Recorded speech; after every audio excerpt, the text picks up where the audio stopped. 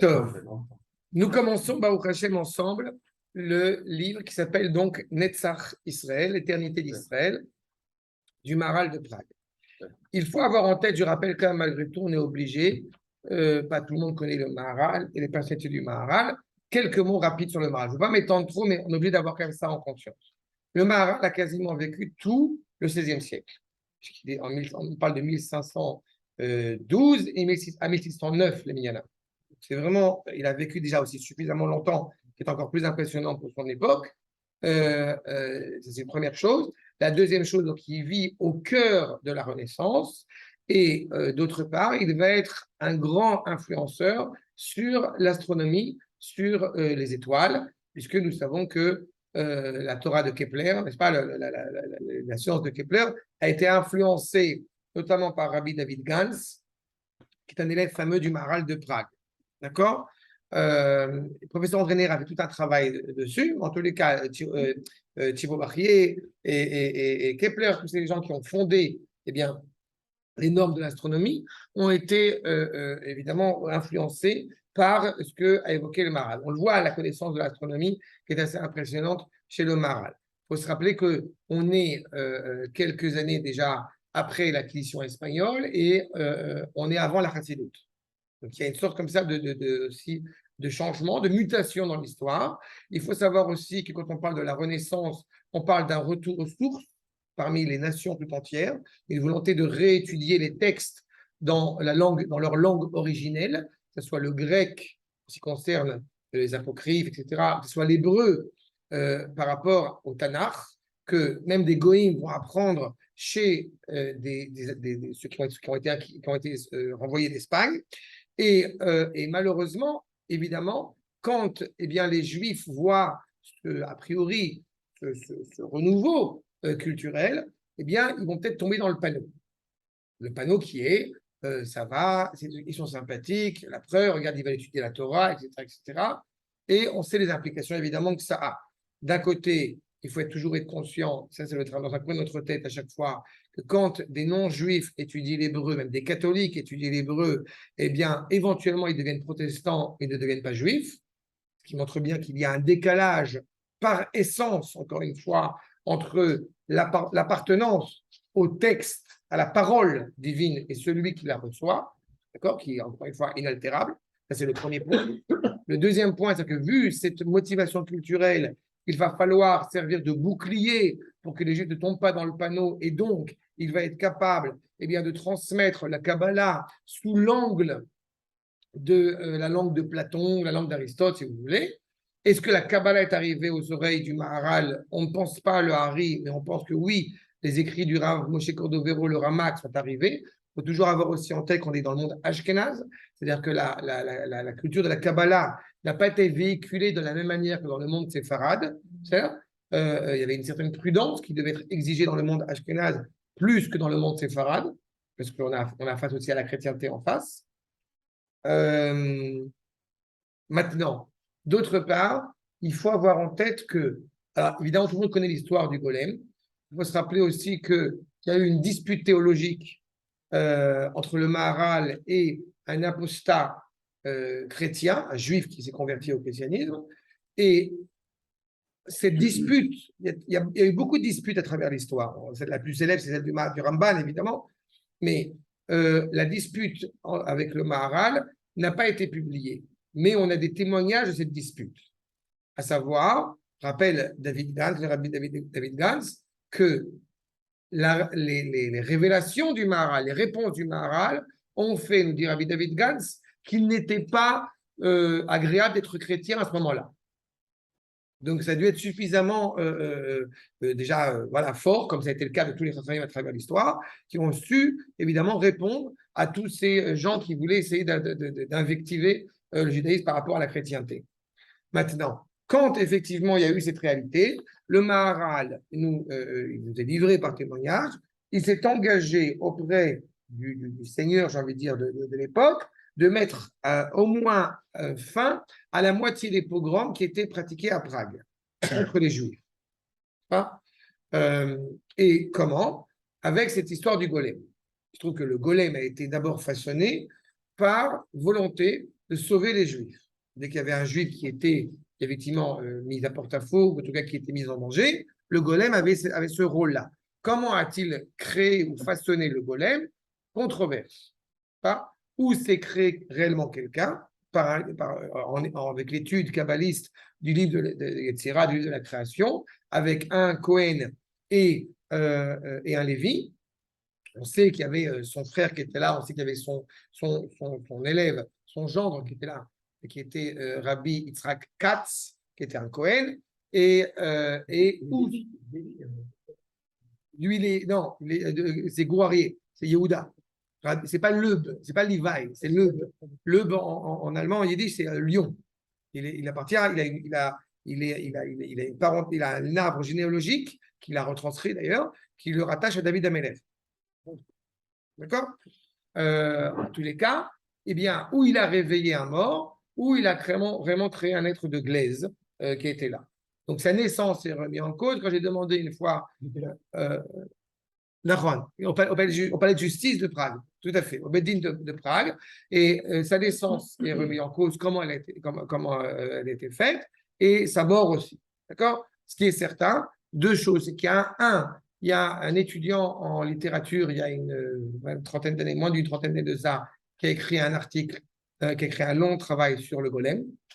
Donc voilà, ça m'intéresse. Et surtout, j'ai demandé au Roger. Non, c'est en écrit, c'est bon. Et surtout, j'ai demandé au Roger Shiva, il y a des années de ça, si effectivement cette histoire, qu'est-ce qui est la vérité. Il m'a dit c'est clair que ça a eu lieu, mais la manière dont ça a été mis en place, c'est miraculeux, etc. On n'a pas de source de ça. On a des témoignages qui datent de 200 ans après le Maharal. Un livre qui a été écrit, qui s'appelle Niflot à Maharal, qui retranscrit cela, mais on n'a pas forcément de source de vérité de cela. Ce qui est sûr, c'est que le Maharal n'en parle pas une seule fois dans tous ses ouvrages. D'accord? Même dans le moment où on aurait pu penser qu'il va y parler, dans ses chidushim, dans ses enseignements sur les Agadot de la Gemara, dans Chidushé Sanhedrin. Même là-bas, il ne parle pas. Il parle d'une réalité qui avait déjà existé, de mettre en place, en étudiant Sefer Yetzira, de mettre au monde, de créer un veau, comme ça on a à manger pour Shabbat. D'accord? Ça a eu lieu, il y a des choses comme ça qui ont existé à travers l'histoire. Il faut savoir que, comme j'ai dit, il a vécu donc jusqu'à 97 ans, mais il faut savoir qu'il a écrit que à partir de 60 ans. D'accord? Il a écrit des ouvrages de jeunesse à 56 ans de jeunesse, parce que, justement, qui a été une encyclopédie très importante, une encyclopédie sur Rashi. Il s'appelle Gourarier. Il a pris tous les Rashis de la Torah, il les commente, il les explique. À côté de cela, il a aussi des ouvrages de halakha qui sont moins connus mais qui existent. Mais il faut surtout savoir, c'est que le Maharal avait comme ambition, d'abord et avant tout, d'écrire 6 livres. On en a 3 en notre possession. Je vais expliquer. Il explique ça dans les introductions à Gvurot Hashem, qui est un autre ouvrage. Mais il y avait 6 livres qui étaient mis en place et chacune des 6 facettes de la réalité selon l'arbre des sphirotes. Et je vais expliquer rapidement. Nous avons la révélation d'Akadosh Baruch Hu sous différents axes. Vous prenez un cube, ça fait 4. En haut et en bas, ça fait 6. D'accord? Il faut qu'il y ait comme ça 4 regards. À savoir, et ces 6 facettes de la réalité, en parallèle avec les 6 facettes de la révélation d'Akadosh Baruch Hu, en parallèle avec 6 dimensions qui sont très importantes, et en parallèle avec 6 faits, j'ai envie de dire, qui sont évoqués. C'est ce qu'il avait voulu écrire. Et ça, je vais y revenir dans 2 secondes. Tout c'est Kabbalah. C'est que Kabbalah. Je vais y revenir dans 2 secondes. Mais à côté de ça, il y a d'autres ouvrages qu'il a écrits. Un commentaire sur le traité Pirkei Avot s'appelle Derech Haim. Un livre de Moussar, en général, on parle des 32 chemins de sagesse. Il a fait 32 chemins de morale. La Medbet, Netiv à Moussar, Netivot Olam, qui sont des livres de Moussar, où il y a chaque chapitre est introduit, on avait un petit peu fait, on a fait sur la vérité, ça, un verset de Michelet. L'ambition du Maharal, c'est qu'on puisse arriver à parcourir tout le Tanakh en étudiant ces ouvrages. Donc il y avait Netivot Olam de Moussar, et qui nous permet de rentrer un petit peu dans Michelet. Vous avez un ouvrage sur Purim qui s'appelle Ner Mitzvah, un ouvrage sur Hanouka, qui s'appelle Ner Mitzvah. Vous avez un ouvrage sur Purim qui s'appelle Or Hadash, et c'est ensemble, c'est les deux ensemble. Chidush Agadot que j'ai évoqué, et Gourarié, ça c'est justement Gourarié, donc on dit le lionceau sur Rashi, Chidush Agadot, Derech Chaim, Kivot Olam, Derech Chaim, j'ai dit sur Pirkei Avot, d'accord? Et je reviens à mon propos, donc 6 ouvrages. 6 ouvrages, ça veut dire quoi? Ça veut dire, a priori, Hod, Isod, Tiferet, Gvura, Netzach et qu'est-ce que j'ai oublié? Shamaim Va'aretz. Il y a Shamaim Va'aretz aussi qui va. En fait, dans les 6 que j'ai évoqués maintenant, on en a 3 en notre possession. Gvurot, Netzach, Tiferet. Je commence par ceux qu'on n'a pas. Sefer HaHod aurait dû être un livre qui était réservé sur Sukkot. Est-ce qu'il a écrit ou pas? Ou est-ce qu'il a été perdu? On n'en sait rien. Après 120 ans, je vous dis honnêtement, ça c'est mon rêve, c'est mon rêve là-bas. Après 120 ans, je vais avoir une révoluta, Bezrat Hashem avec le Maharal, on va étudier ce livre-là. Après 120 ans, je suis pas pressé, mais après 120 ans, tranquille. En tous les cas, donc ça c'est Sefer HaHod, parce que HaHod c'est la merveille, le Etrog étant le fruit parfait. Sefer HaYisod, le fondement sur Shabbat. Et Sefer Shamaim Va'aretz sur Rosh Hashanah et Yom Kippourim. Selon les appâts. Par contre, ce qu'on a, c'est Kvurot Hashem par rapport à Pessah, par rapport à la notion de miracle et de sponsing. Nous avons Tiferet Israël, c'est par rapport à Matan Torah, donc à Shavuot, la Torah orale, la Torah écrite, etc. Et nous avons Netzar Israël, le livre que nous avons entre les mains, sur l'exil et la délivrance.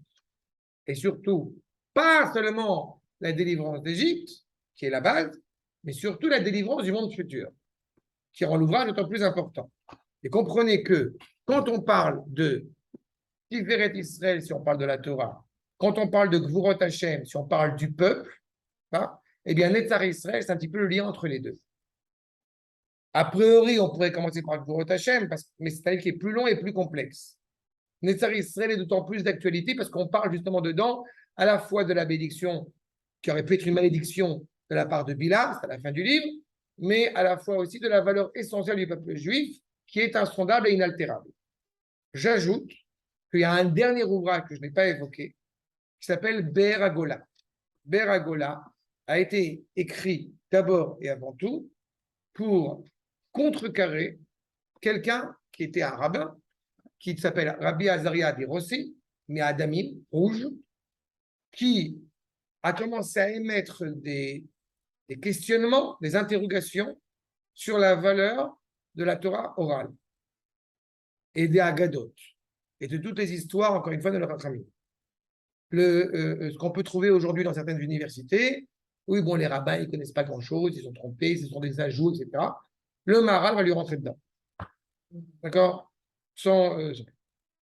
Pourquoi j'ai évoqué le sentiment de proximité avec les nations qui a été dangereux pour nous? On voit que le Maharal, à plusieurs entreprises, eh bien, à plusieurs occasions, met en évidence l'interdiction de boire du vin avec les goïms. Taïn Nesser. Si le Maharal parle de ça, on comprend qu'il y a un vrai danger.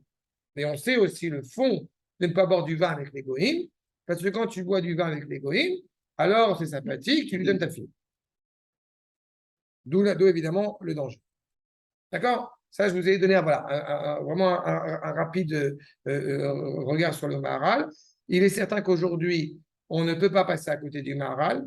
J'ai coutume de rappeler qu'il y a encore 1 ou 2 générations, certains pensaient qu'il fallait mettre à la Gnisa le Maharal, que ce n'était plus d'actualité.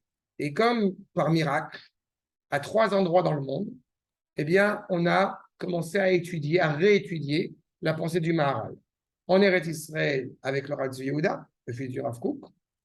En Amérique, avec le Rav Yitzhak Koutner.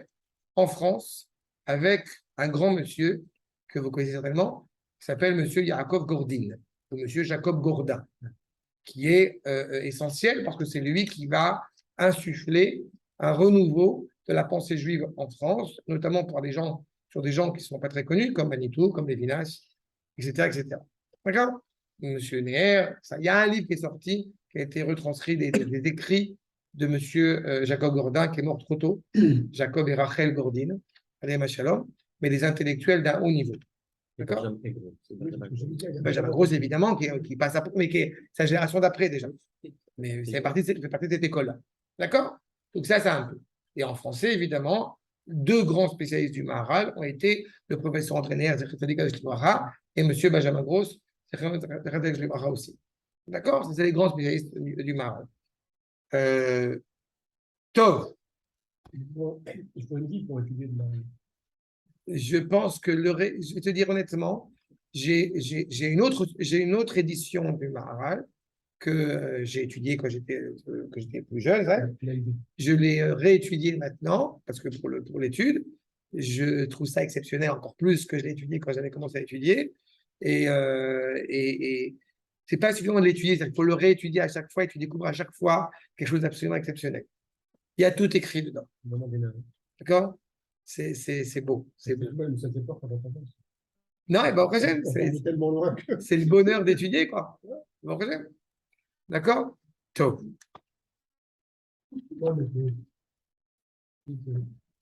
C'est ambitieux. Bon, je pense qu'il est temps. Encore une fois, on est avec plusieurs personnes ici aussi, on fait quelques années qu'on étudie, et ceux qui viennent d'arriver, comme j'essaie à chaque fois d'expliquer, de traduire et tout, donc je ne pense pas que ce soit un problème. Et je pense surtout que c'est, encore une fois, pas forcément fait dans... il n'y a pas beaucoup d'endroits où on étudie la pensée du Rav Kook en français, il n'y a pas beaucoup d'endroits où on étudie la pensée du Maharal en français. Je pense que ça y est, on y va. On se jette à l'eau. Très attention. D'accord? Top. Il faut comprendre, d'abord, effectivement, et avant tout, c'est qu'il ne s'agit pas, quand on rentre dans cet ouvrage, parce que chaque ouvrage a une finalité, évidemment. Il faut être conscient que ce n'est pas seulement le fait de l'homme qui se tourne vers le Créateur, mais c'est le Créateur qui se tourne vers l'homme. Quand on pense à un ouvrage qui s'appelle L'éternité d'Israël, il aurait été logique de parler d'un moment faste du peuple juif. Si vous parlez de l'éternité, la Havdil, si on parle de l'éternité de la France, qui symbolise l'éternité, on va penser à Louis XIV, le roi soleil. Et pourtant, qu'est-ce qui évoque l'éternité d'Israël? Sa situation précaire d'exil, qui est fondamentale pour comprendre la dimension de la Géoula. Ce qui peut sembler contraire. Mais justement, la Torah n'est pas, et on ne répétera jamais assez pendant toute notre étude, n'est pas une transmission, c'est pour ça que je reprends sur ta remarque sur l'étude. La Torah n'est pas une transmission de texte. La Torah est d'abord et avant tout la transmission d'une parole. Un Talmid Chacham est le maillon dans la chaîne qui essaie de transmettre fidèlement l'authenticité, la contemporanéité, la vérité, la vitalité de cette parole. C'est ça l'essentiel. Si on transforme la Torah en musée paléontologie, alors évidemment, on n'a rien compris. Et c'est ce qui existe dans beaucoup d'endroits. Achat. On parle, regardez le premier verset que vous avez en introduction, Vezot Torah, Asher Sam Moshe. C'est où l'introduction? Parce qu'il y a beaucoup d'introductions. Dans quelle page? Introduction, mamash. Quelle page? Quelle page c'est? Aleph. C'est Aleph, oui. C'était des introductions au livre, pas des introductions du Maharal. C'est en bas les pages. Oui, oui. Il y a plein d'introductions. Vraiment le tout début. Vous avez? On passe des trucs en... Non, mais ça, à mon avis, c'est l'introduction sur le Maharal. C'est pas le Maharal. Ah, ben voilà. On touche directement le texte du Maharal. D'accord? Ok. Vezot Torah, Asher Sam Moshe, Lifnei Bnei Israël. Regardez bien le verset. Voici la Torah. C'est où Vezot Torah? Je ne l'ai pas. Elle l'a nommé Vezot Torah. Plus loin. Vous n'avez pas ça? C'est trompé de livre. Moi, c'est... Non. Moi, il y a écrit juste le blanc, c'est qui a écrit. Juste le blanc. Ouais, C'est c'est un bon. autre. Je me trompais, on avait le droit. Ça fait que le tome 5. C'est trompé. L'histoire. Voilà. Ben, qui suit, c'est pas mal. Non, mais la carotte, mais pourquoi il n'y a pas le. Ah, voilà. C'est marrant qu'il n'y ait pas de. Non, ouais, mais là, on est 5 contre 1. On est. Et moi, c'est quoi le Je veux dire. Alors, moi, j'ai marqué médecin Israël.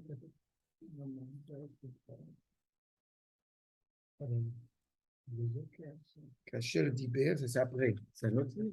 Non, mais attends, les yeux. En fait, il y a déjà l'écriture.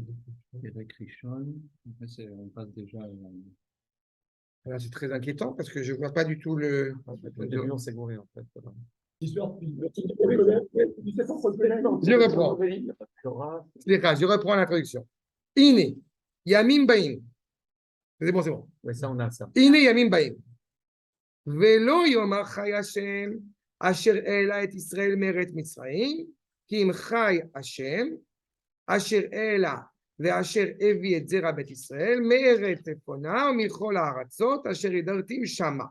Je reprends la prophétie du prophète Jérémie. Il y a une question que vous connaissez certainement, qu'on dit dans la Haggadah de Pessah, à savoir, est-ce qu'il faudra se remémorer, est-ce qu'il faudra fêter Pessah au moment où on célébrera Yom HaAtzmaut? D'accord? C'est ça la question. Est-ce qu'il faut continuer à fêter Pessah, la première Géoula, au moment où nous sommes introduits dans la dernière Géoula? C'est une controverse chez les Chachamim. Je reprends le verset. Voici les jours. Voici les jours. J'aurais envie d'ajouter les jours fastes, où la vitalité d'Akadosh Baruch Hu se fait ressentir, qui n'est plus ressentie parce que Dieu a sorti le peuple d'Égypte, qui im Chai Hashem, mais parce que Akadosh Baruch Hu a fait monter Asher Ela et Asher Evi et Zera Bet Israël, la descendance de la maison d'Israël, Mi Eretz Sephona, des terres du nord, ou Michol Haratzot, et des 4 coins du monde où on a pu se retrouver, où Akadosh Baruch Hu nous a exilés là-bas. À ce moment-là, on pourra dire Chai Hashem. Zéli Vanveo. Shira Ma'alot. Pas quand est-ce qu'on commence à dire Azimale Strok Penou, quand est-ce qu'on commence à se réjouir? Quand on revient vers Tzion. La grandeur de Akadosh Baruch Hu. Dit la Gemara. Mais Perek Kama di Brachot, Amar Lahem Ben Zoma. Dans le chapitre médiane du traité de Berachot, dit le Chacham Ben Zoma, au Chachamim, qui maskirin Yetziat Mitzrayim limot HaMashiach. Est-ce qu'on continue à rappeler la sortie d'Égypte au moment de l'avènement messianique? Vers l'Oketiv, Iné, Yamim Baim, on a vu le verset à l'instant, peut-être c'est fini. Amroulo, Lo, j'étais à Yetziat Mitzrayim. Bon, c'est pas qu'on va arrêter d'évoquer la sortie d'Égypte. Et là, j'étais chez Aboud Malchuyot, Ikar, Yetziat Mitzrayim, t'as fait là. Moi, cette phrase m'a fait aller. Pas que nous allons supprimer la sortie d'Égypte au moment où nous allons être libérés de tous les jougs qui nous ont gênés, mais il est clair que, pour traduire dans un langage moderne, Pessah aura moins d'importance, semble-t-il, que Yom HaAtzmaut. D'accord? Il faut être conscient que Yom HaAtzmaut, comme exprimant l'avènement messianique, et d'ailleurs, comme vous l'avez ici indiqué, Shi'abud Malchuyot, il n'y avait pas de différence entre ce monde-ci et la délivrance d'Israël, si ce n'est le fait de sortir de l'esclavage des nations. À partir du moment où on est une entité libre sur cette terre avec une armée et une économie, nous sommes, comme le dira la Halakha, le Rambam, nous sommes dans la Géoula. On parlait de l'acte fondateur du peuple, qui est la sortie D'accord. d'Égypte. la deuxième, Quelque part, la finalité. finalité. D'accord. Tout à fait, tout à fait. Et c'est ça aussi la question, on va y arriver dans quelques minutes, que peut-être on aurait pu penser que désormais, il n'y a plus lieu de célébrer Pessah, parce qu'on est arrivé à ce pourquoi le monde doit arriver. Et qui nous dit, et car Metziat Mitzrayim, t'as fait là. Lo יקרה שמך יעקב כי אם Israël. Prenons justement, eh bien, Yaakov, qui est le fils de Yitzhak, le petit-fils d'Abraham, qui devient Israël, le père de la nation. Alors que Abraham n'existe plus en tant qu'Abraham, dès qu'il est devenu Abraham, ce n'est pas le cas pour Yaakov. Yaakov, même en devenant Israël, ne perd pas son appellation de Yaakov. Mais il est certain que l'appellation Israël a plus de poids, a plus d'envergure que celle de Yaakov. Lo chez Yaaker, Shem Yaakov, c'est pas qu'on va supprimer le nom Yaakov, Mimkomo. Et là, chez Shem Israël, Ikar, Yaakov Tafel. Nous sommes les Bnei Israël. On est aussi les Bnei Yaakov. Mais le père de la nation, c'est justement d'être Israël. Certains d'ailleurs diront que quand on descend, enfin, le verset l'indique, quand on descend en exil, eh bien, on devient Yaakov. Une situation isolée. Quand on revient chez nous, on retrouve cette entité d'Israël. Cette terre, elle ne s'appelle pas, même bon gré, mal gré, elle ne s'appelle pas Eretz Yaakov, elle s'appelle Eretz Israël. C'est les Béné Israël qui sortent d'Égypte. Ils le savaient, quand à l'indépendance, en fait, les sionistes, pourquoi ils ont choisi Israël? Parce que ça fait écho à ça quand même. C'est tout à fait. Est-ce qu'ils ont été influencés par... Influencés, c'est évident. Pas forcément pas que par Rav Kook, mais j'ai souvent cité à foison les propos de Herzl. Tu ne peux que t'en émouvoir. Il dit clairement. Il avait des gens en lui, quoi. Bien sûr, bien sûr. Il le dit, il utilise des termes de Eretz Mitzrayim. En allemand, il écrit Eretz Mitzrayim. On avait parlé, on avait fait tout ça. Ceux qui ne connaissent pas malheureusement les écrits de Herzl arrivent à des propos absolument terribles. Mais je vais aller plus loin que ça. D'abord, il est évident que les aïeux de ces gens-là étant yeshivot, Bialik et Hadam avaient étudié à Vologine. Et puis à côté de ça, c'est justement ce qui transcende aussi cette réalité. C'est-à-dire que la langue du pays aurait pu être le yiddish, aurait pu être l'allemand, aurait pu être l'anglais. Mais il en a été décidé autrement. Pourquoi? Comme ça. Ouais. Hein? C'est encore une fois, reprendre sur le propos que j'aime tenir. C'est où l'Empire ottoman disparaît, périclite, et le peuple juif revient sur sa terre, ou Akash Bourkhou a décidé qu'il était temps que mon fils revienne chez lui. Oui, mais il y a un empire ottoman. C'est pas grave, on va le balayer. Hop, Israël revient chez lui. Non, on aurait parlé turc, là. Voilà. Déjà, leur toilette, c'est pas mal, alors. Vechel Omer. Al tizkiru rishonot, ve kadmoniot, al titbonenu. C'est logique malgré tout que soudain, Yom Ha'atzmaut prenne plus d'importance que ce qui s'est passé dans le passé. Parce que de la même manière que quand on a eu une épreuve difficile et qu'on s'en est sorti, et qu'une autre épreuve arrive derrière, on ne se rappelle pas forcément de la première épreuve. On se rappelle de celle qui est la plus douloureuse, qui est le plus proche de nous. Eh bien, allez-nous. Okay? À l'inverse, une situation réjouissante fait qu'on oublie ce qu'il y avait avant. Dans plein de domaines. Al tiskiru rishonot, zush yabud malchuyot, ve kadmoniot, al titbonenu, de Yetziat Mitzrayim. Ne vous rappelez plus l'esclavage, l'exil que vous avez traversé pendant 2000 ans, et encore moins la sortie d'Égypte. Ineni ose chodasha, ata titzmach. Je fais quelque chose de nouveau qui va germer. Le truc quand même que j'ai, c'est que entre la sortie d'Égypte et les 2000 ans d'exil, à un moment donné, on était sur notre terre. D'accord. Et qu'est-ce qu'on en fait? Le premier Beth Amikdash, David Améler et Shlomo. Oui. Oui, c'est très court. Oui, mais si tu veux, il y a Maslaout, c'est contemporain. D'accord. Tu vois, alors que, je te dis, il y a eu cette période. Tu as tout à fait raison, mais on parle dans l'histoire, encore une fois, de quelque chose qui est mis en parallèle, l'exil auquel malheureusement on a dû traverser, et la Géoula finale à laquelle on est aujourd'hui que nous vivons.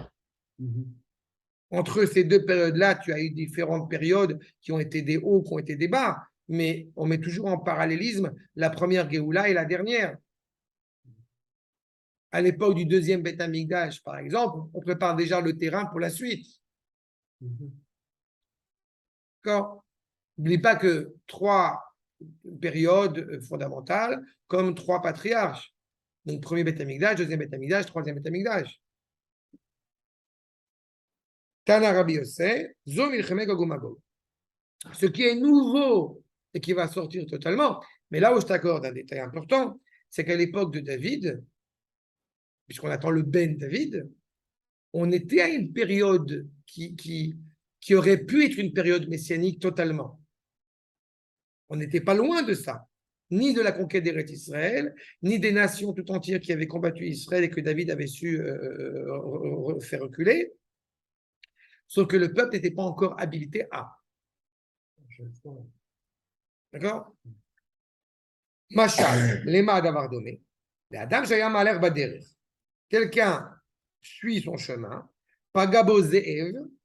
Il y a un lion un loup qui l'a blessé. Venitson Umenu. Il a été épargné de lui.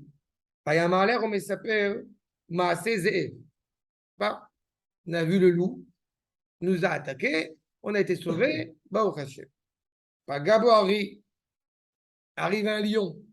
Venitson Umenu. Payam Aler Omesaper Ari. Bon, le peuple juif, il a vu comme ça, pendant son histoire, un loup après un lion.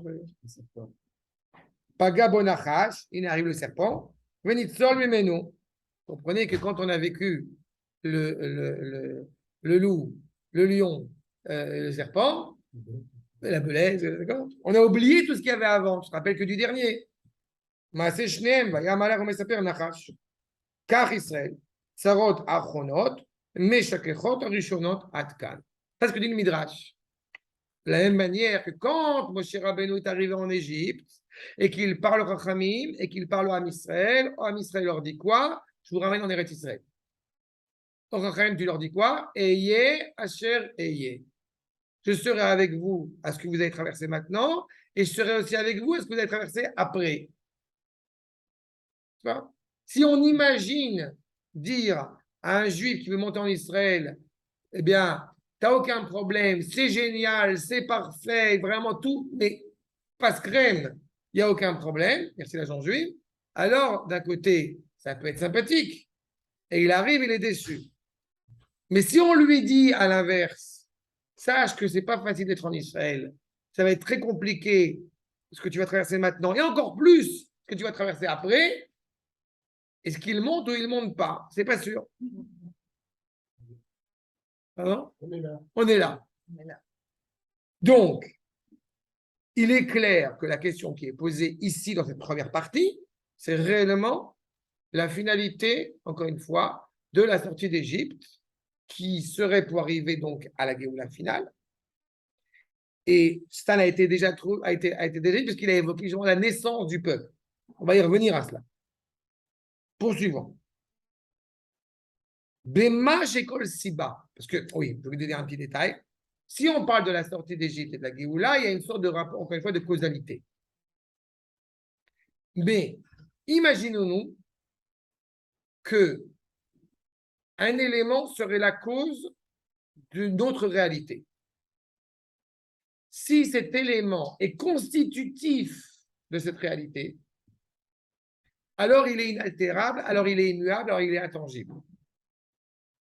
Mais dans le cas inverse, où cet élément, eh bien, n'est pas constitutif de cette réalité, il peut, cet élément, disparaître et la réalité ne disparaîtra pas forcément. Prenons un exemple très concret, un menuisier qui construit une maison. Une fois que le menuisier a construit la maison, il devient non essentiel à la maison. La maison, elle peut exister sans le menuisier.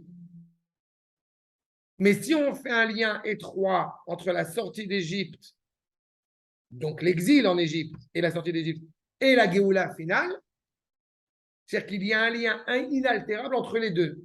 Il ne pourrait pas y avoir de Géoula finale s'il n'y avait pas eu la sortie d'Égypte. Il ne pourrait pas y avoir Yaakov s'il n'y avait pas eu Abraham et Isaac avant. Les deux sont intimement liés. Bema shekol siba. Raoui shetimtsa im hamesovev. Veim lo chen, lo yasiba behemet.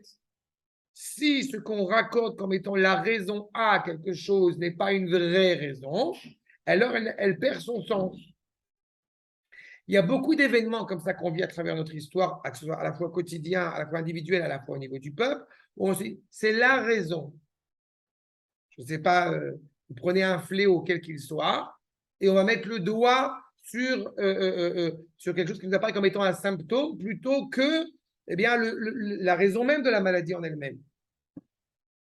C'est bien de trouver un vaccin, mais est-ce qu'il ne faut pas réfléchir à la raison du symptôme? Bon, c'est un peu ça. C'est-à-dire, Veim ataroé, si bas, si tu vois quelque chose, une raison,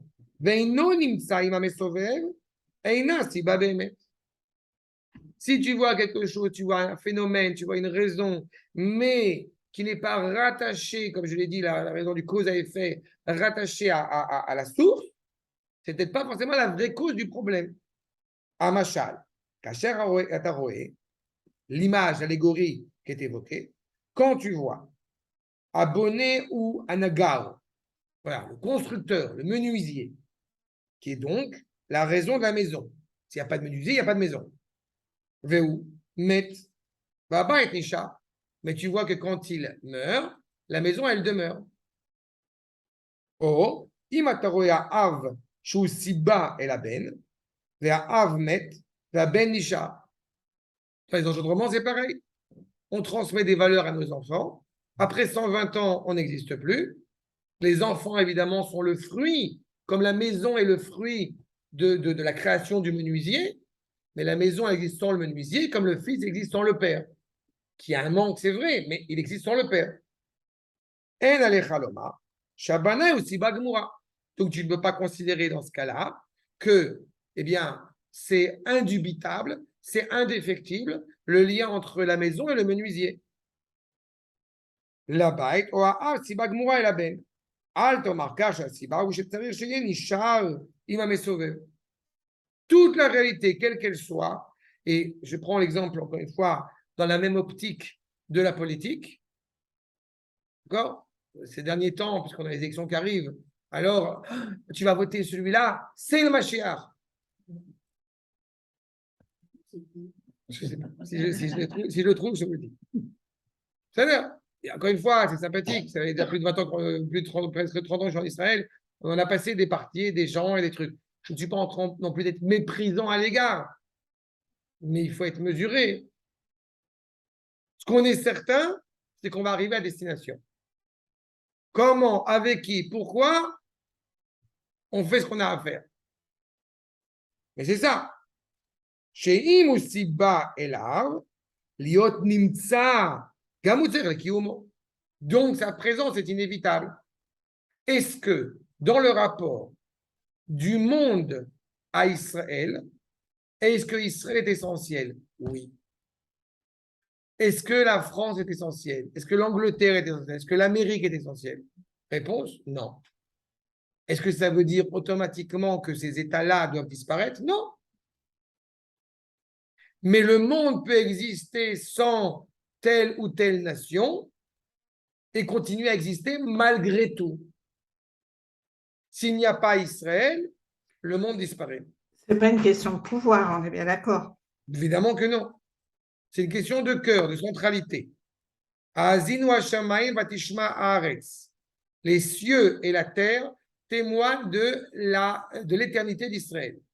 Ça veut dire que si Israël meurt, eh ben, les cieux et la terre ont donc émis un témoignage mensonger. Donc le monde ne tient plus le coup. C'est, encore une fois, inaltérable. C'est corrélation de manière constante. Cependant, pour qu'il n'y ait pas de maladresse, il est clair que telle nation ou telle culture, elle a quelque chose à apporter à cette création. Donc, si elle meurt, il va manquer quelque chose. Il faudra compléter, qu'il faudra amener. D'où l'importance des différents royaumes à travers l'histoire qui ont apporté une pierre à l'édifice. Mais comme elles ont rendu cette valeur qui était chez eux exclusive, donc ça a été évidemment destructeur. D'accord? On y reviendra de ça, c'est par la suite. Mais c'est le sens de l'histoire. וכאשר נשאר הבית עומד אחר שמת הבנאי, זהו בשביל שלא היה הבנאי סיבה לעמידה הבית ולקיום שלו. C'est pas le fait même que la maison, elle continue à exister après la mort du menuisier, ça prouve, ça démontre que le menuisier n'est pas essentiel. Kilo haya abanaï, siba rak, quand vous verrez rak à chaque fois dans le Maharal, retenez-le, changez-le par Ela pour votre tête. C'est-à-dire, lo haya abanaï, siba, le menuisier n'était pas essentiel, et là, sinon, elle est karvut aetzim. Pourquoi le menuisier était important? Pour rapprocher les arbres entre eux. C'est ça. C'est important de rapprocher les arbres. Mais ce n'est que ça. Zé velaniar zé al zé, il est disposé de telle manière qu'asher en asiba lo yimatzeh itkarvut haetzim. D'accord? C'est rapprocher les arbres, rapprocher le bois. Il a écrit ça, rapprocher le bois. Il écrit. Elle a itkarvut haetzim. C'est beau ça. Oui. Vous avez une synthèse. Encore une fois, la participation de l'homme, de manière générale, est d'être acteur dans ce projet. Mais en aucune manière, il peut prétendre à être l'unique, j'ai envie de dire, l'unique représentant, l'unique activiste de ce projet.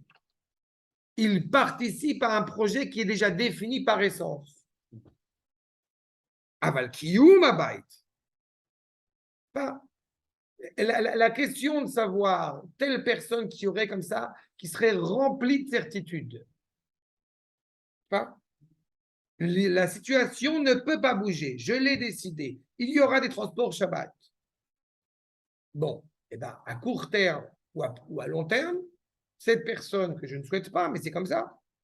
En tout cas, cette idéologie-là disparaîtra parce qu'elle n'est pas, encore une fois, essentielle.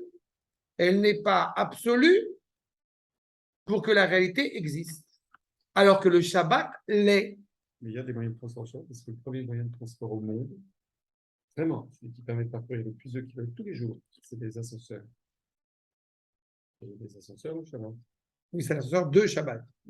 Mais un jour, il y Ça a n'a rien à des voir. voitures de Shabbat. C'est un autre problème. C'est une question de Chachamim qui est posée sur savoir s'il y a lieu d'avoir ou non une voiture Shabbat. C'est un autre sujet.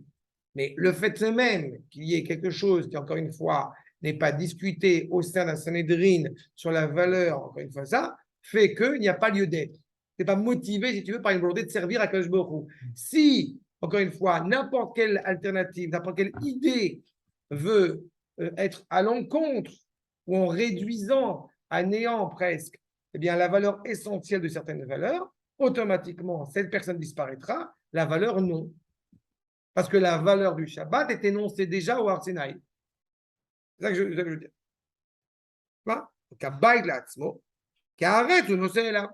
La terre est porteuse de ce message, de ce lien, encore une fois. On voit aujourd'hui, puisque cette semaine, c'est dans Parashat Bereshit, la distinction entre les eaux d'en haut et les eaux d'en bas, qui sont fécondatrices.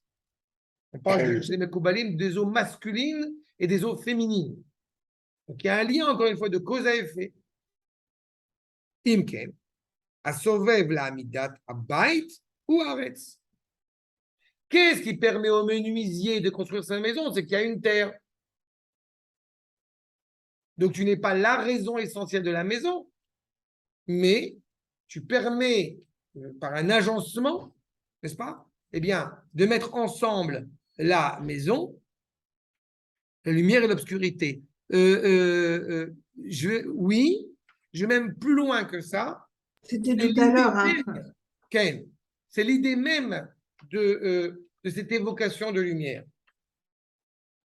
Avant même de parler de distinction entre lumière et obscurité, oui, on peut aspirer à ce que un monde soit rempli de lumière.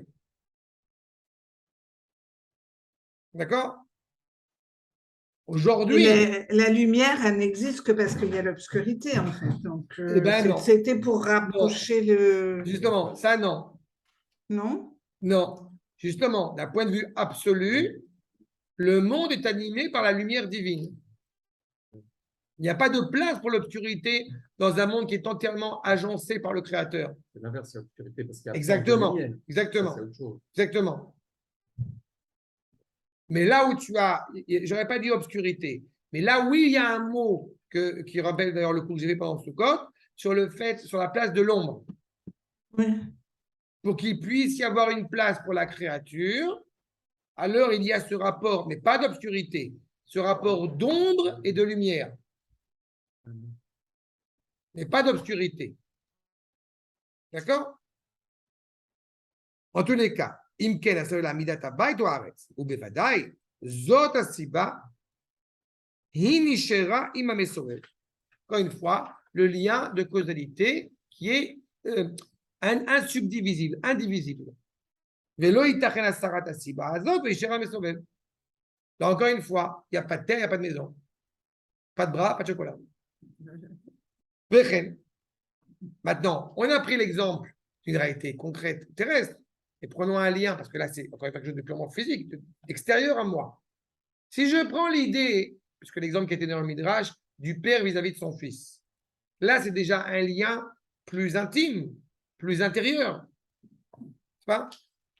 On n'a pas dit molid veben, on dit av veben. C'est quoi la nuance? La maison n'est pas dépendante du menuisier. Elle tient compte du menuisier pour pouvoir exister. Mais elle n'a pas besoin du menuisier pour perdurer. Le père tient sa condition de père parce qu'il a un fils. S'il n'y a pas de fils, il n'est pas père.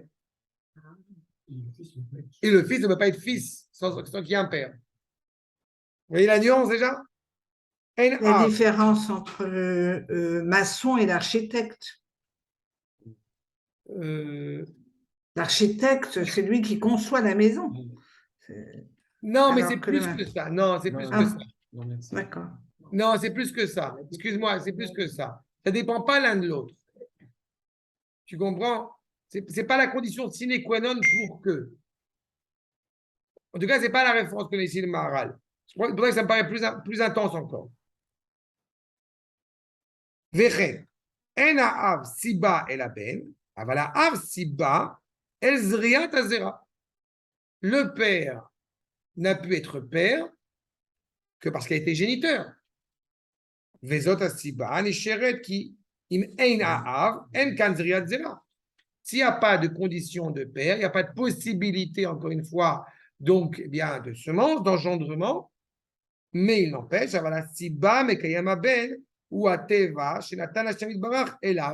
mais la raison essentielle qui fait que le fils est fils, c'est parce que Akadosh Baruch Hu a permis qu'il y ait cette réalité.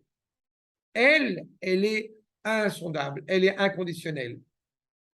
D'accord? Combien faut-il pour mettre au monde un enfant? 3. Et croyez-moi, sur ce point, je ne peux vous que demander de me faire confiance, par l'expérience et par la connaissance que j'ai un peu du sujet. On a vu énormément de gens qui ont suivi des processus de fertilité, et alors que biologiquement, médicalement parlant, il n'y avait aucun problème, et pourtant ils n'ont pas d'enfant. Et à l'inverse, on a vu des réalités de gens qui ont toutes les raisons de ne pas avoir d'enfants, de ne pas pouvoir avoir d'enfants, qu'on appelle la semence qui n'a pas de queue. Il y a des semences, elles n'ont pas de comment on dit, flagelle, d'accord? Et malgré tout, ils ont un enfant. Donc ça montre bien, encore une fois, que là, d'un point de vue purement médical, ce n'est pas suffisant. Mais Akadosh Baruch Hu a fait en sorte que, qui est héritachem, chez Iten Asiba, Yoter Mima Shenimtsa Beatzmo Bo. Comment est-ce qu'on pourrait donner une raison au-delà de ce qui est présent physiquement?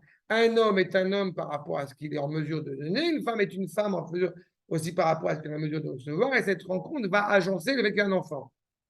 Mais ce n'est pas la raison, c'est l'agencement qui a été mis en place. Si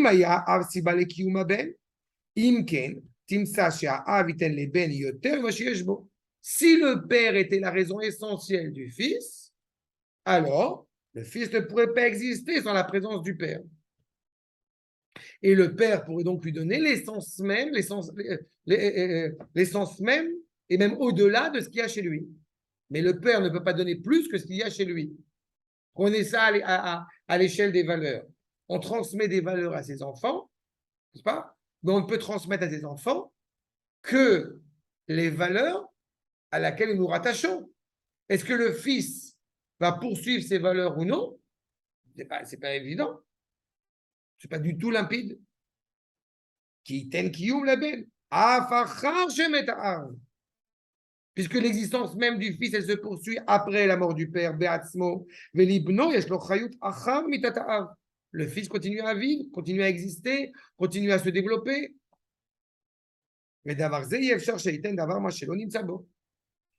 Donc, on voit bien encore une fois que ce n'est pas le cordon ombilical. À un moment donné, le cordon ombilical, il est coupé. Aval, c'est bat kiumo, mais l'essence même de son existence provient d'une autre origine, Siba Acheret, qui est donc évidemment Hashem Itbarach, Asher ou Siba Takol, Ven Siba Zulato, qui est la raison de tout, encore une fois, et il n'y en a pas d'autre. Prenons un exemple à l'échelle de la nation. Est-ce que on peut expliquer historiquement parlant, rationnellement parlant, comment est-ce possible que le peuple juif ne meure pas? Toutes les populations, toutes les civilisations, l'une après l'autre, ont disparu de l'histoire. Israël ne disparaît pas. Pourquoi? Rationnellement parlant, c'est inexplicable. D'accord? Non, je sais qu'on dit tout le temps ça, que c'est pas le contredire, mais. Non, tu peux le contredire, mais non, elles existent plus comme grande nation. non, pas comme grande nation, comme nation par elle-même. Pour des Grecs, pour des Non, Romains. les Grecs n'ont rien à voir avec les Grecs originaux. D'accord. Ce ne sont plus des Grecs. Les Égyptiens d'aujourd'hui, ils n'ont aucun lien avec les Égyptiens de l'époque. D'accord? Ça a rien à Il y a voir. des brassages de population, À la évidemment. limite, les C'est pères. parce qu'elles se renouvellent. Oui, mais elles ne sont pas installées. On se renouvelle, c'est le sens même de la Torah, c'est ce que vous Je vais te- avez je vais te dit. dire. Non, il y a le renouvellement et surtout le lien Oui, indéfectible mais, du créateur qui est la raison de tout. oui, mais Disons c'est que pour tu n'as ça. plus forcément, d'accord? Tu prends l'exemple d'un combattant pour que l'identité française reste. D'accord? Ah, Il a une tête de maghrébin. ils ont cette raison. D'accord? C'est ça qui a disparu. C'est ça qui a disparu. Tout a été mixé. C'est ça. Alors que la nation hébraïque, elle perdure pour l'éternité. C'est ça. Et alors qu'elle a été matraquée, qu'elle a été maltraitée, qu'elle a été humiliée, ce qui n'a pas été le cas, parce que tu pourrais me dire, oui, mais regarde, les Chinois, ils n'ont pas bougé. Oui, mais je ne sais pas à quel point les Chinois ont été aussi maltraités que le peuple juif à travers l'histoire.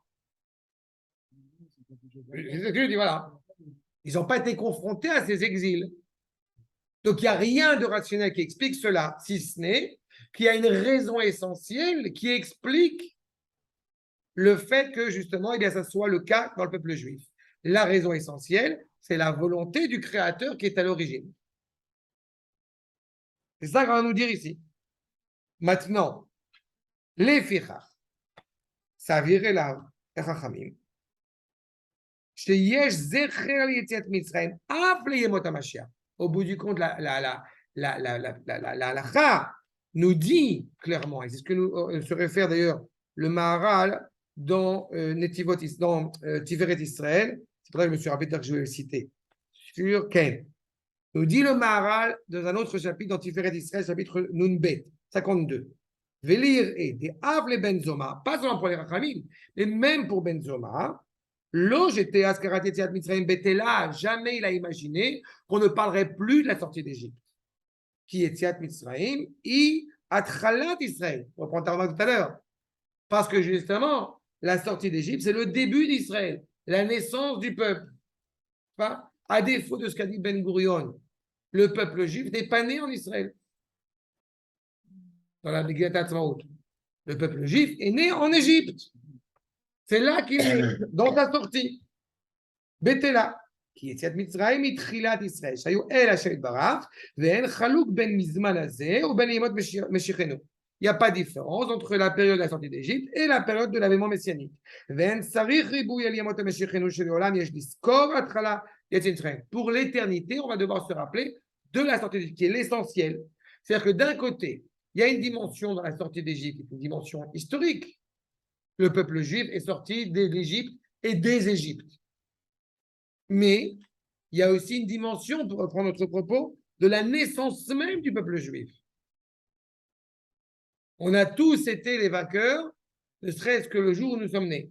Comme a dit de Ruth ou de Moïse, dans Goldman. Ça, c'est les références. Mais c'est ça. Il y a un souvenir de la sortie d'Égypte, même au temps messianique. Tu ne peux pas arriver à la finalité si tu n'es pas né d'abord. En lo yeh zecher lesiba, im hamesovev, ki min hamadriga shekanu Israël. Ok? Veda? La finalité, ça me gêne parce que vous avez dit si on n'est pas né, on ne peut pas aller à la finalité. Oui. C'est quoi la finalité en La fait? pensée d'avoir créé Israël fait partie des différentes choses qui ont été pensées avant même la création du monde. Bereshit, bara Elohim et Hashem et Haaretz. Pour ce qui est appelé Réchit, le monde a été créé. On va le revoir cette semaine. Et les Toldot Hashem Haaretz Beibara, les engendrements des cieux et de la terre pour Abraham. Oui, mais la finalité, ça ne peut pas être Israël puisqu'il a été créé. Mais c'est créé. Enfin, Israël est créé. Aurait été la France. La finalité, c'est Israël. Bereshit. Oui, mais Israël est créé, donc c'est pas la finalité. Israël est pensé. Je vais faire pour Israël est pensé. Et pour qu'il puisse arriver à être créé, à être façonné, c'est une maturation, une longue maturation de 1948 ans. Adam Arishon n'était pas, au sens littéral du terme, Adam Arishon n'était pas juif. On n'est pas des Bnei Adam. Oui. D'abord et avant tout, les Bnei Avraham. La mise oui, on est né juif parce qu'il y a Abraham, c'est d'accord. Mais Abraham, oui, mais quand vous dites la finalité, est-ce que la finalité, c'est pas plutôt l'ère messianique en fait? Mais l'ère messianique, c'est quoi? Ben, je sais pas. L'ère messianique. C'est vous qui allez me le dire. L'ère messianique, c'est quand le peuple juif, de son corps et de sa neshama, est totalement, encore une fois, réalisé en tant qu'entité hébraïque. Mais ça, c'est une définition à l'échelle individuelle. C'est ça, c'est un problème. On parle d'une entité. C'est pas un oui, mais. Asra Goy Gadol, c'est ce qui est dit à Abraham Avinu. Je ferai de toi une grande nation. C'est l'objectif. L'objectif, c'est qu'il y ait une nation qui soit partenaire avec Akadosh Baruch Hu. Cette nation-là, elle se met en place avec le biais d'Abraham. D'accord? C'est ça que Abraham Avinu, il est Haver avec Akadosh Baruch Hu. Comme a dit Bill Clinton à la Shalom. Ah non, il est encore vivant. C'est là? Madriga chez Kanou Israël, justement, tu descends en Égypte, il y a un sens à l'exil, il faudra qu'on en parle évidemment. Mais on a acquis cette identité, cette nature d'être Israël au moment où on descend en Égypte. À Bota, je rappelle que quand Akadosh Baruch Hu s'adresse à Abraham Avinu et qu'il lui dit Guerrier Zerecha Be'eretz Lahem, ce n'est pas une malédiction, ce n'est pas une injure. Si tu seras résident en terre étrangère, en tant qu'étranger, ça veut dire que ce n'est pas une punition d'être en Égypte, c'est qu'il y a quelque chose à construire en Égypte. Et ça peut se transformer en châtiment, en punition, en drame, quand on commence à se sentir chez soi en Égypte. C'est clair? C'est clair? Achab, vous avez froid, vous voulez éteindre le Ouais, mazéa? il fait froid là. J'ai Puis pas elle tremble, là, je les vois toutes là, surcouvertes. Stan vient de me dire qu'il a froid. Eh ben, Liel dites-moi pourquoi tremble. vous dites. Voilà, je reprends. Donc, on comprend que l'essentiel, encore une fois, de ce que nous allons acquérir dans le futur est déjà inscrit, encore une fois, dans notre identité au moment de la sortie d'Égypte. Vous comprenez qu'entre avant la sortie d'Égypte et après la sortie d'Égypte, c'est un bouleversement, pas seulement à l'échelle d'Israël, à l'échelle de l'humanité. D'accord? Dans ce rapport du menuisier, effectivement, le menuisier va apporter sa touche personnelle quand il va construire la maison, mais ça demeure extérieur. Pourquoi c'est plus subtil entre le père et le fils, parce que le père ne transmet pas que des réalités extérieures vis-à-vis de son fils, il transmet aussi des valeurs intérieures. Il transmet aussi comment devenir un père. Exactement, donc il y a des Ça valeurs. continue, la maison, elle continue rien. Exactement, exactement. Achab. Et malgré tout, on voit que ce n'est pas seulement ça. Même au plus profond de l'intérieur, c'est encore insondable. Qui est Yetziat Mitzrayim ou Siba Be'etzem et la Géoula Atida. Ça, c'est une expression que vous devez retenir quand on parle du mariage. C'est ce qu'on appelle Etzem et Mikré. C'est quelque chose qui est contingent, si je puis dire. C'est quelque chose qui est l'essence même. La délivrance future, eh bien, ne prend tout son sens que parce qu'il y a eu la sortie d'Égypte avant. Et donc, comprenez même plus loin que ça, il y a un lien qu'on va devoir essayer de comprendre entre l'exil et la délivrance. Lefichach, ksheishiv Ben Zoma, al divrei Chachamim, quand Ben Zoma donc répond Chachamim, Vekim askirin yetziat Mitzrayim latid, alors ketivine yamim baim. Quand il reprend pour le verset que nous avons vu dans Yeshayahu, va-t-on rappeler la sortie d'Égypte au moment de la délivrance future? De là, on aurait pu croire effectivement, en posant cette question, que dans le futur, on ne parlerait plus de la sortie d'Égypte.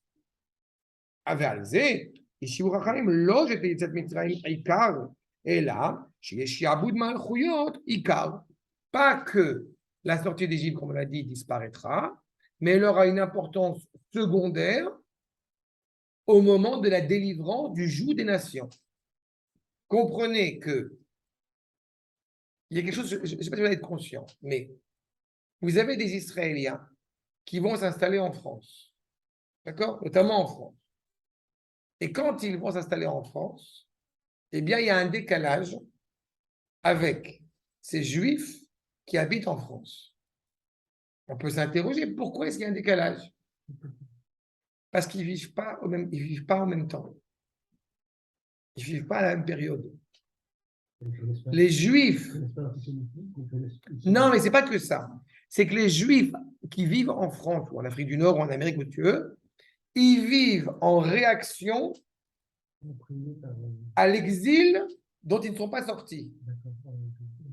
Alors que les Israéliens, ils vivent au rythme de la dernière délivrance que nous sommes en train de vivre. Donc, ils passent à côté l'un de l'autre. C'est exactement cela. C'est-à-dire que la sortie d'Égypte, elle est fondamentale pour comprendre ce que nous sommes en train de vivre. C'est ça. Mais sauf que ceux qui se rappellent d'où ils viennent, ils ont une tendance à y être attachés, à y être collés. C'est pour ça que les Israéliens ne comprennent pas ce qu'on vient de faire. D'accord. Exactement. Parce qu'il y a une réalité où ils en sont conscients ou ils n'en sont pas conscients, qui est l'avènement messianique en processus. D'accord? Parce qu'encore une fois, l'histoire, elle avance. Du coup, est-ce que c'est si grave que du coup les Israéliens aillent à l'étranger dans la mesure où ils sont à un niveau déjà au-dessus? Oui, mais comme il leur Ils vont manque. rester, a priori. Et justement, c'est ce Ils sont israéliens, ils restent. que j'ai souvent évoqué sur le fait que beaucoup d'Israéliens qui vont décider, pas forcément pour des bonnes raisons, d'aller s'installer en dehors d'Eretz Israël, ils s'interrogent à ce moment-là sur le sens de leur identité. Et alors que, a priori, ils auraient été tentés en Israël de s'assimiler totalement à la culture occidentale, et à manger tout et n'importe Ah quoi. oui, ils vont se Il se retrouve en France ils se refermer en et fait. sont obligés de s'interroger, mais qu'est-ce qui me différencie des non-juifs? Et à ce moment-là, il se crée un lien communautaire avec une communauté juive parce qu'ils ont justement besoin de ça. Comme on a dit tout à l'heure, c'est Yaakov qui devient Israël, mais il ne perd pas l'appellation de Yaakov. Maintenant, si Israël essaie de s'inventer Israël sans Yaakov, alors on a un problème. Yaakov doit devenir Israël. Israël doit être conscient que Yaakov eh bien, est son identité première. Yaakov, celui qui est rattaché à la Torah, d'abord et avant tout. Mais quand l'un n'est pas en corrélation avec l'autre, eh bien, ça pose problème. Ça fait conflit. C'est clair? Donc, Ikar Mitzat Mitzrayim Tafel là. C'est pour ça que je vous dis que l'élément fondateur du peuple juif, c'est la sortie d'Égypte. Vekolze. L'histoire ne peut pas avoir de sens s'il n'y a pas une raison à cette histoire. Vous prenez n'importe quel. Vous savez que. Et c'est vrai pour l'espace, c'est vrai pour le temps et c'est vrai pour le peuple. C'est trois éléments essentiels. J'ai coutume de chaque fois de rappeler que chaque peuplade qui va forger une nation, tout à l'heure on a évoqué les Gaulois, mais les Gaulois ne sont pas originaires de Gaule. Ils sont originaires de différentes provinces et ils sont venus s'installer en Gaule, ils ont forgé la Gaule. Donc, c'est uniquement en pénétrant sur cette terre qu'ils ont appris à se forger une civilisation. Mais on ne dit pas l'entrée en Israël comme fondement de la naissance. Je n'ai pas compris la question. Je n'ai pas compris la remarque. Très bien, on va revenir. Je reprends. Parce que, pardon. J'arrive dans une seconde. Il a fallu que la civilisation gauloise se forge sur des gens qui ont habité sur un même lopin de terre et qui ont commencé à se créer des valeurs culturelles, d'abord peut-être plus agriculturelles que culturelles. Il n'y a rien de transcendant. Il n'y a rien de transcendant là-dessus. Le lien entre le peuple juif et sa terre commence bien avant notre introduction sur la terre d'Israël. C'est ce que je disais en fait. Vous parlez toujours, vous dites toujours la sortie d'Égypte, mais vous ne dites pas l'entrée en Israël. Oui, mais l'entrée en Donc Israël. la naissance et la sortie, bon, on pourrait imaginer que c'est une image puisque c'est la sortie, mais quand même le plus important, c'est quand même, enfin le plus important au regard du projet divin, c'est l'entrée en Israël. Je comprends de ce qu'on étudie. Je peux essayer. La sortie d'Égypte, d'abord, elle n'est pas finie. Elle est même presque jamais finie, malheureusement. Et ensuite, l'entrée en Israël, elle se fait par. Non, c'est pas malheureusement. Non, enfin, pour moi, l'entrée en Israël, c'est la circoncision, c'est l'alliance, non? Non, mais je vais te dire l'image que j'aime souvent citer. C'est d'abord en hébreu, tu as la tset mi, tu as la tset les. Il y a sortir de et sortir vers. Oui. On sort de, tu as 5 verbes de la Géoula, le 5e étant Veti, je vous amène en Eretz Israël. Le bébé sort de la matrice égyptienne. Seulement, une fois qu'il est sorti de la matrice égyptienne, eh bien, il faut qu'il aille directement voir El Shaddai, la poitrine du Créateur, pour y boire le lait. D'accord? C'est ce qui se passe concrètement. Donc, si jamais le bébé, en sortant de la matrice égyptienne, ne s'enquiert pas immédiatement de ce qui est naturellement inhérent à lui, de boire le lait maternel, et je reprends El Shaddai, El Shaddai, comme on dit dans Shirat Shirim, qu'elle n'a pas de poitrine, mais justement les deux poitrines, c'est Moshe et Aaron, les deux délivreurs d'Israël, eh bien, elle se met en porte-à-faux. Elle se met en danger. D'accord? Donc, ce n'est pas effectivement uniquement de sortir, qui est une évidence, il faut que le bébé il sort pour réaliser son projet, et pour réaliser son projet, il faut qu'il se préoccupe justement d'être nourri par le lait nourricier. C'est clair pour l'image? Velechach, Raoui sheye am, im shi'abud malchuyot, zecher el davar, shu siba elav, veze yitzat Mitzrayim. On rentre s'installer malheureusement en Égypte en étant conscient d'une chose, c'est qu'on va en sortir. Avant la Haggadah de Pessah, il y a une coutume ancestrale dans beaucoup de communautés que les enfants sont avec un baluchon sur le dos. D'où tu viens? De Yerushalayim. Où tu vas? À Yerushalayim. je suis passé malencontreusement 2000 ans par Paris, par Alger, par Varsovie, ce que vous voulez. Tu viens d'où, d'Yerushalayim? On descend en Égypte, on n'est pas venu s'installer, on est juste de passage. Donc, quand tu descends en Égypte, tu regardes la sortie d'Égypte. C'est ça que ça veut dire. Et sortir d'Égypte en tant que nation, évidemment, cela implique notre installation en Eretz Israël. Tel Abraham, à qui il a été déjà énoncé, tu vas quitter, eh bien, Ur-Kasdim. Alors, et comment? Il venait de la terre de Ever. Sa terre originelle, c'est la terre de Roubar, c'est l'embryon. Il vient de là et il retourne là-bas. Les Fichar. Mais Vileraya, Shem Yaakov et Israël. C'est pour ça que le Midrash a apporté pour démontrer son propos, eh bien, le nom Yaakov et Israël. Chez l'Onéekar Shem Yaakov, que le nom de Yaakov n'a pas été déraciné. Vous remarquerez encore une fois l'ambivalence du mot Ikar. Il y a Akar, il y a Ikar. C'est déraciné, mais c'est aussi principal. Qui Shem Yaakov, Kamken, aussi bas les Shem Israël. Israël ne peut pas exister sans Yaakov. Et Yaakov, ce n'est pas Israël. Il faut l'avoir en tête. Yaakov, c'est Israël après avoir combattu l'ange de Esav. C'est parce que tu prends sur toi la responsabilité à la fois du monde futur et de ce monde-ci que tu deviens Israël. Tu englobes tout. Kishem Yaakov, Nikram Ilachon, Shaya Yaakov, Maktin Atzmo. Il se mettait en deuxième position. Il tenait le talon de Esav. Kemo Ekev. Ekev, c'est avant. C'est à la suite de. Mais alors que Yaakov est le principal, à la fin des temps, dans la prophétie de Ovadia. Alors, on se rappelle que Esav, il dit, je suis là pour vous présenter Yaakov. Mais en attendant, Esav, Edom, se croit le numéro 1. Number 1. Mais il oublie que c'est Yaakov qui l'a su. L'émulation, elle vient de Yaakov. Puisque la tête par rapport au talon, évidemment, ce n'est pas un hasard là encore. Si Akadosh Baruch Hu, il a créé. C'est Hollywood qui a fait Amérique. Bien sûr.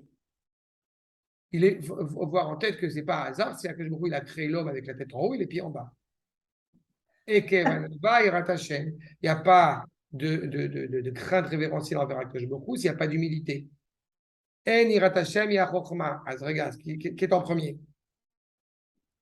Si la crainte révérentielle envers Akadosh Baruch Hu, c'est ça la sagesse, d'où tu vas puiser ça? De cette capacité à te mettre en retrait. De la même manière qu'on nous dit clairement que les Chachamim, ils ne sont pas voûtés, ils ne sont pas bossus. Et c'est bien d'avoir une kippa, c'est lourd, ça te rappelle ce qui est au-dessus de la tête. Donc c'est ça. Mais d'avoir zé, assez bas, c'est ça la raison.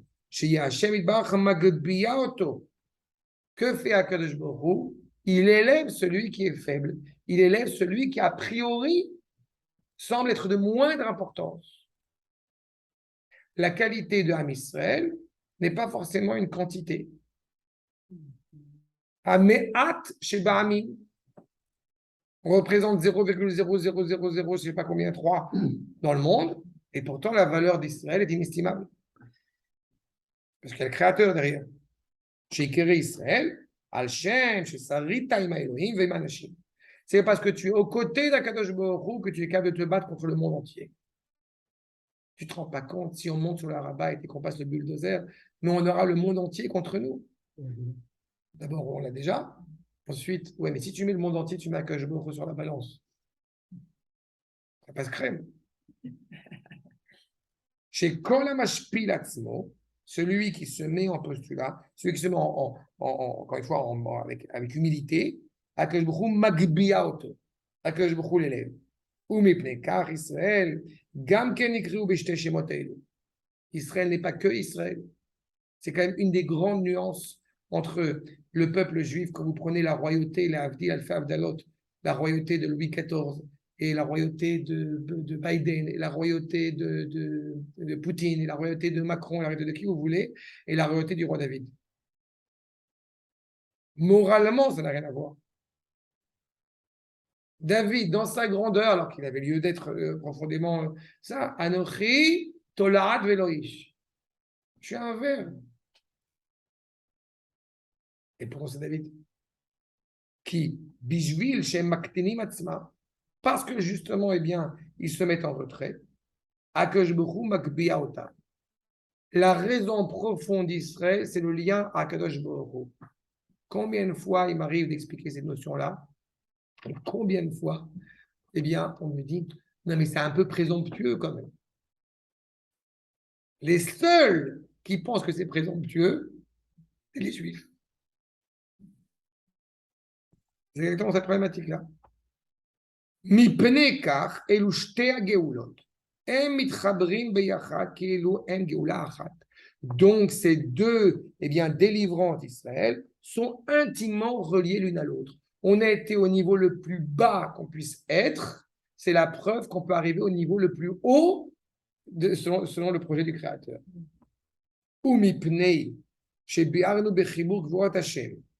Quand on explique dans l'ouvrage Gvurot Hashem, la force, la vigueur d'Akadosh Baruch Hu au moment de la sortie d'Égypte, Inyan Geulat Mitzrayim, cette idée de la sortie d'Égypte, Yesh Lechaber, Imze, Geula Achona. Vous remarquerez, petit détail toujours croustillant, entre Gola et Geula, vous avez un Aleph. C'est le nom d'Akadosh Baruch Hu. Le Maharal va mettre en évidence dans le premier chapitre qu'on fera déjà la prochaine fois, dans le premier chapitre de Netzach Israël, le fait que ce ne soit pas une réalité digne de ce nom, naturelle au peuple juif, d'être en dehors de chez lui, d'être exclu de chez lui. C'est contre nature. Je vous rappelle, on est au XVIe siècle, hein, toujours l'avoir en tête. Ok, il s'est exclu lui-même. On va en parler. Certainement, on va en parler.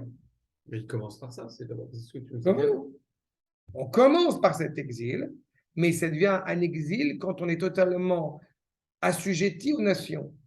Je te rappelle que Yaakov, il dit à Yehuda, fais un Beth Talmud Torah là-bas. On ne s'installe pas là-bas. Tu te rends compte qu'il y a 1/5 du peuple qui est sorti, les 4/5 ne sont pas sortis. Les 4/5 ont dit, nous sommes égyptiens. La synagogue, on vient de la refaire. We are Egyptians. Ils ont dit en égyptien antique, ancien, d'accord? Ici, c'est comme Jérusalem. D'ailleurs, on a la place de Jérusalem. C'est pareil pour lui aussi. Ils sont morts? Pour lui aussi. Non, pour Purim, on a été sauvés grâce à Dieu. Non, mais enfin, il y a une bonne partie qui est restée aussi. Après Achashverosh, on sait que la plupart du peuple juif, Baruch Hashem, ils sont tous montés en Israël. Avec les En fait, d'Ezra et de Néhémia, sont tous revenus à la maison. ceux qui ne sont pas sortis d'Égypte, en fait, sont considérés comme n'étant pas Ils n'ont juifs. pas terminé. Ils ne sont pas juifs. Ils n'ont pas. Si, ils sont- Exactement. Ceux qui ne sont pas sortis d'Égypte, c'est comme si, au bout du compte, excusez-moi du terme, sont des morts-nés. Oui, je comprends. Puisqu'ils ne sont pas nés, Non, c'est puisqu'ils une ne expression sont qui est pas un peu dure. sortis. Mais c'est ça que ça veut dire, Aval. Puisqu'on a dit que la Ils ne sont pas matrice, sortis. le bébé sort de la matrice. Donc, si le bébé ne sort pas de la matrice, Non, mais c'est pire que ça. Ça veut dire qu'ils ne sont pas nés, mais en fait, ils sont restés. oui, mais ils ont disparu, ils sont morts. Ils ne sont pas juifs, en tout cas. De toute façon, non. Mais ils sont morts dans l'Égypte, dans la matrice égyptienne.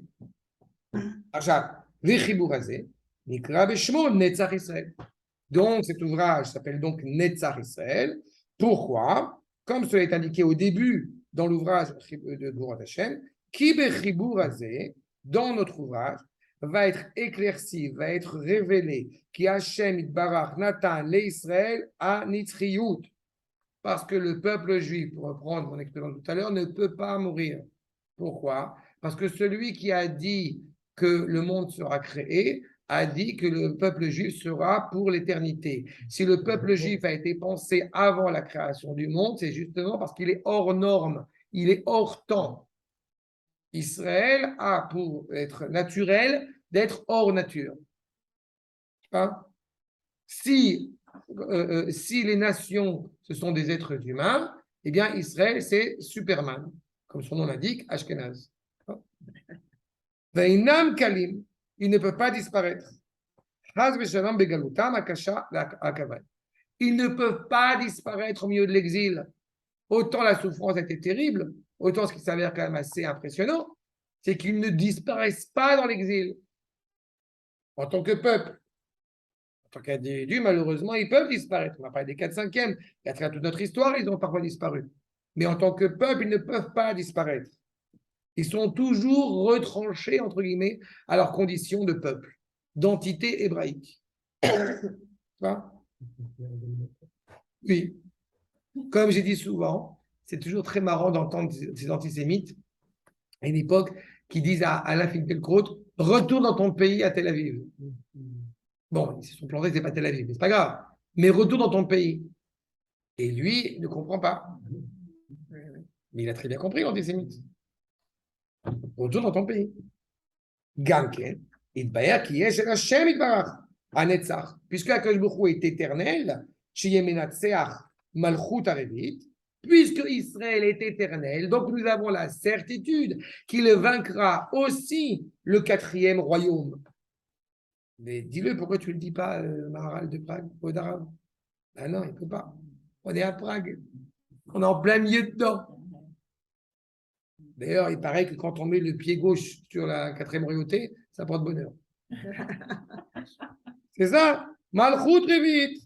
Shesh-la Amemshala. Elle dirige, elle gouverne pour le moment.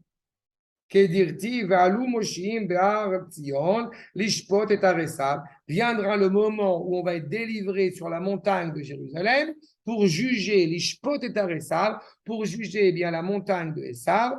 Ve'aita l'Hashem amelucha. Le moment où la justice passe de la culture occidentale à la culture hébraïque, au digne droit hébraïque. Amen, Ken Yeratson, Bemera, Beyamenu. C'est à ce moment-là, comme dit dans Zechariah, que son nom sera uni. Comme on dit dans la Shiratayam, Hashem Echad, Hashem Imloch, Olam Vaed, on le dit 2 fois. Peu importe les exils qu'on va traverser, on sait qu'Akadosh Baruch Hu, encore une fois, est à la tête. On est rentré en Égypte pour en sortir. Yosef est arrivé en Égypte pour préparer le terrain pour qu'on sorte d'Égypte par la suite. C'est-à-dire que toute la finalité du projet, peu importe les périples que nous allons traverser, n'ont que de regard que sur la finalité. Quand je dis la finalité, c'est-à-dire l'intimité, le lien étroit entre le Créateur et la créature d'Israël.